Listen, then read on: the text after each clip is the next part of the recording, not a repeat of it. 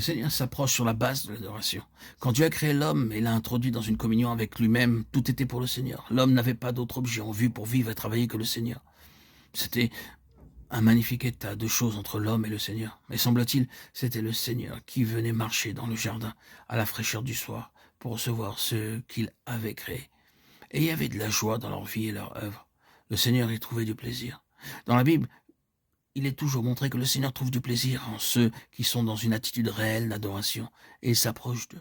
En d'autres termes, l'approche du Seigneur est basée sur le fait que leur cœur est sans réticence à son adresse.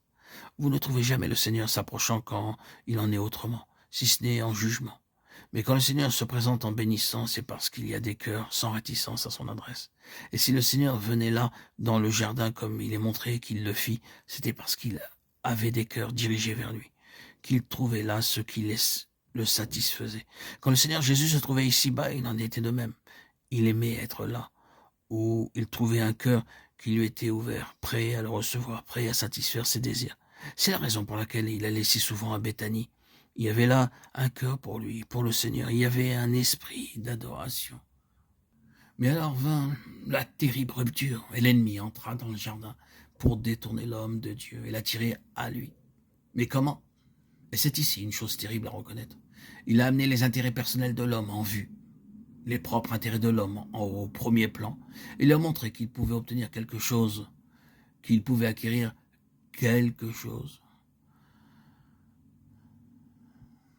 Jusqu'alors, c'était uniquement ce que le Seigneur pouvait obtenir. Et maintenant, la situation est que l'homme peut acquérir quelque chose. L'ennemi était à l'œuvre d'une façon profonde, subtile, pour détourner l'homme de Dieu et l'attirer à lui. Et ainsi, introduisant l'homme dans une alliance avec lui-même, il le trompa et l'induisit à penser qu'il en retirerait le bénéfice, alors qu'en réalité, ce serait le diable qui, en toutes circonstances, en retirerait le bénéfice. C'est là l'illusion du genre humain. Il s'était détourné de Dieu dans le but d'obtenir quelque chose, un temps agréable, ce monde et tout le reste, et à la fin il découvre qu'il a été dupé, que le diable a tout eu, et lui par-dessus le marché. C'est là la tragédie et la tromperie. Mais vous voyez, le point, c'était en vue de détourner de Dieu par cet intérêt personnel, cet égoïsme, et cela a ruiné l'adoration.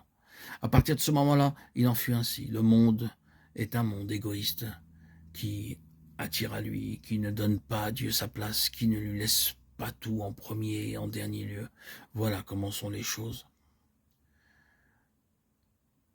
Mais maintenant, Dieu veut sa Jérusalem spirituelle.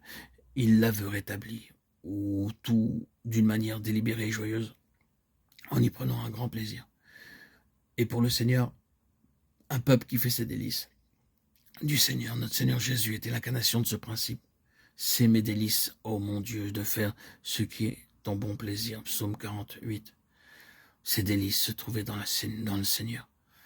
Il est la véritable incarnation de l'esprit de la Jérusalem céleste, où tout, non pas sous une contrainte, mais de tout cœur, est au Seigneur.